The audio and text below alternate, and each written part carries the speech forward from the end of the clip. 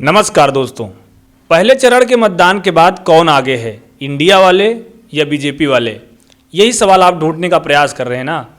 तो इस पूरे सवाल का जवाब आपको इस वीडियो में मिल जाएगा, बने रहिए अंत तक।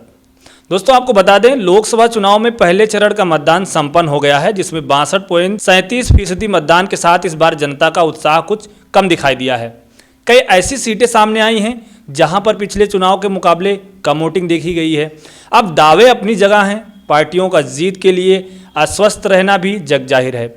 लेकिन अगर पिछले चुनाव की वोटिंग प्रतिशत को समझने की कोशिश की जाए तो कौन पार्टी आगे है, इसकी एक झलक जरूर मिल सकती है। सबसे पहला सवाल, यूपी का कम वोटिंग प्रतिशत किसे जिता रहा है? दोस्तों, देश का सबसे बड़ा राज्य उत्तर प्रदेश सत्ता का रास्ता भी तय करता है। पहले चरण में यूपी की 8 सीटों पर वोटिंग हुई है। वहां भी 6 सीटें हाई प्रोफाइल मानी जाती हैं। उन सीटों पर बड़े चेहरों के बीच में लड़ाई है। कैराना में इस बार बीजेपी की तरफ से प्रदीप चौधरी ताल ठोक रहे हैं, सपा की इकरा हसन खड़ी हैं और बसपा के श्रीकांत राणा भी किस्मत आजमा रहे हैं। इस बार के चुनाव में कैराना में कम वोटिंग देखने को मिली है। दोस्तों, चुनाव आयोग के मुताबिक इस बार यहां पर वोटिंग प्रतिशत जो रही है 61.17% रही है। अब कैराना सीट का ट्रेंड बताता है कि जब 2014 के लोकसभा चुनाव में वोटिंग प्रतिशत में एक बड़ा उछाल देखने को मिला था, वो परिवर्तन का वोट माना गया है। दोस्तों, उस चुनाव में बीजेपी ने जीत दर्ज की।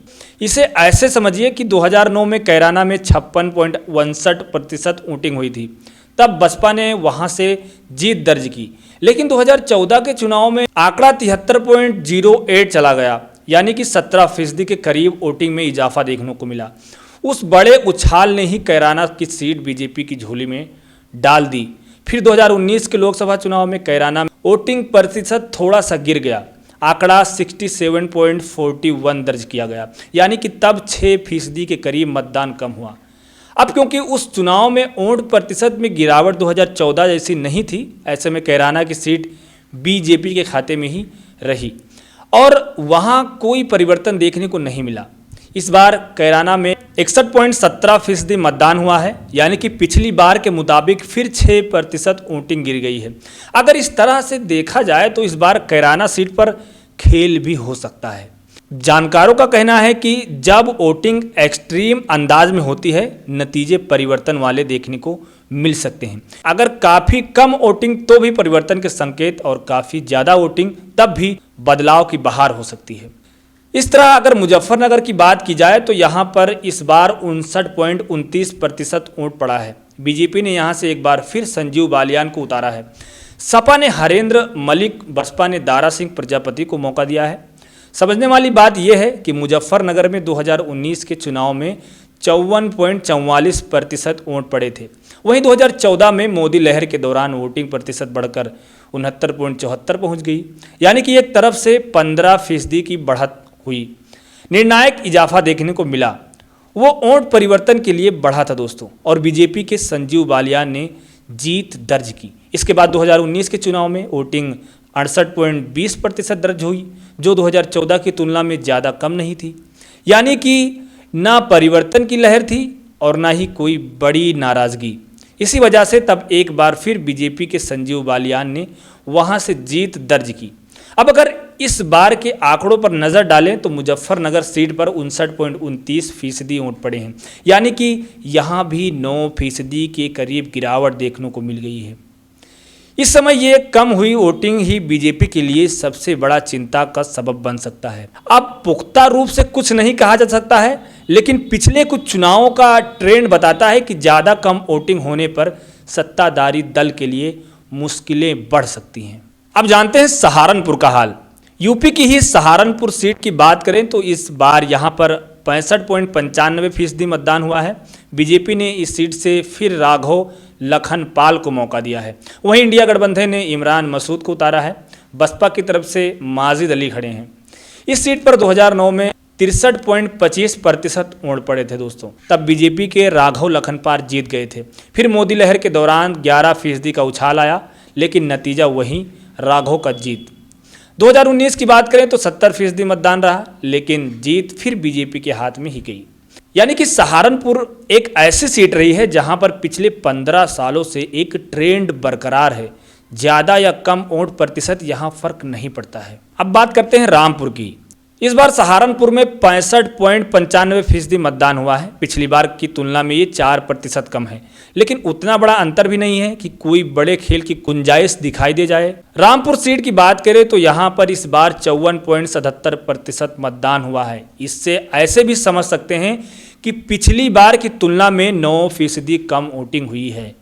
2014 में जब बीजेपी ने ये सीट सपा से छीनी थी, तब रामपुर में 2009 की तुलना में 7% ज़्यादा वोट पड़ा था।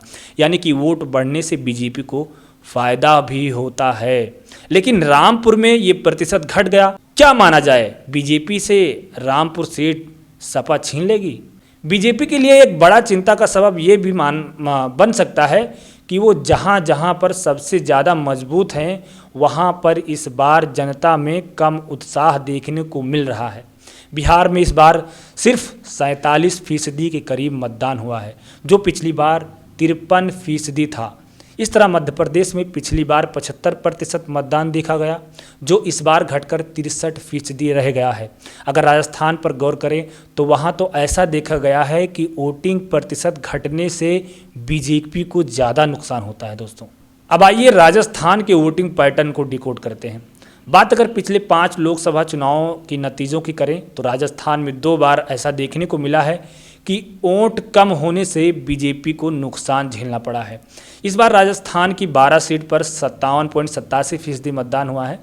पिछले चुनाव में ये आंकड़ा 63.71% था।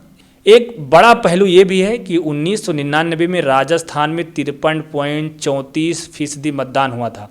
अटल बिहारी वाजपेयी प्रधानमंत्री थे। इसके बाद 2004 के चुनाव में वो घटकर 49.6% रह गया और उसका फ़ायदा कांग्रेस को पहुंच गया। इस तरह 2009 में फिर वोटिंग में कुछ कमी हुई और आंकड़ा 48.44% पहुंच गया और फिर कांग्रेस ने ही बाजी मार ली। लेकिन 2014 में मोदी लहर के दौरान वोटिंग प्रतिशत में बड़ा जंप देखने को मिला और बीजेपी ने सारी 25 सीटें जीत लीं। फिर 2019 में और बड़ा जंप आया और बीजेपी ने फिर सभी सीटों पर कब्जा जमा लिया। लेकिन इस बार खेल पलटा है दोस्तों।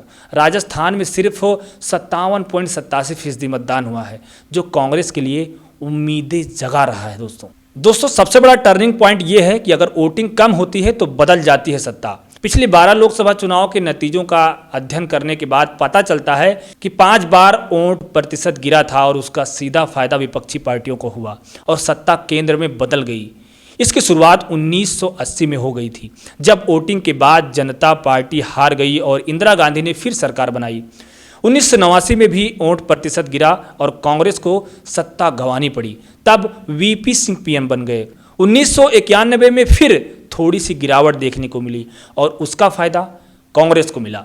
इंडिया गठबंधन के लिए सबसे बड़ा शुभ संकेत तो ये है कि 2014 में भी वोटिंग प्रतिशत गिर गया था। तब अटल बिहारी वाजपेयी का साइनिंग इंडिया कैंपेन धारा का धरा रह गया दोस्तों, और कांग्रेस ने सरकार बनाई थी।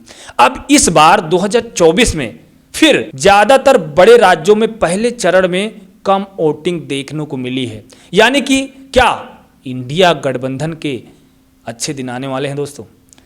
इस पूरे खबर में और इस पूरी रिपोर्ट में आपकी क्या राय है दोस्तों? आपको क्या लगता है, ये कम वोटिंग पड़ने से या फिर ज़्यादा वोटिंग पड़ने से कोई फ़र्क पड़ता है या नहीं पड़ता?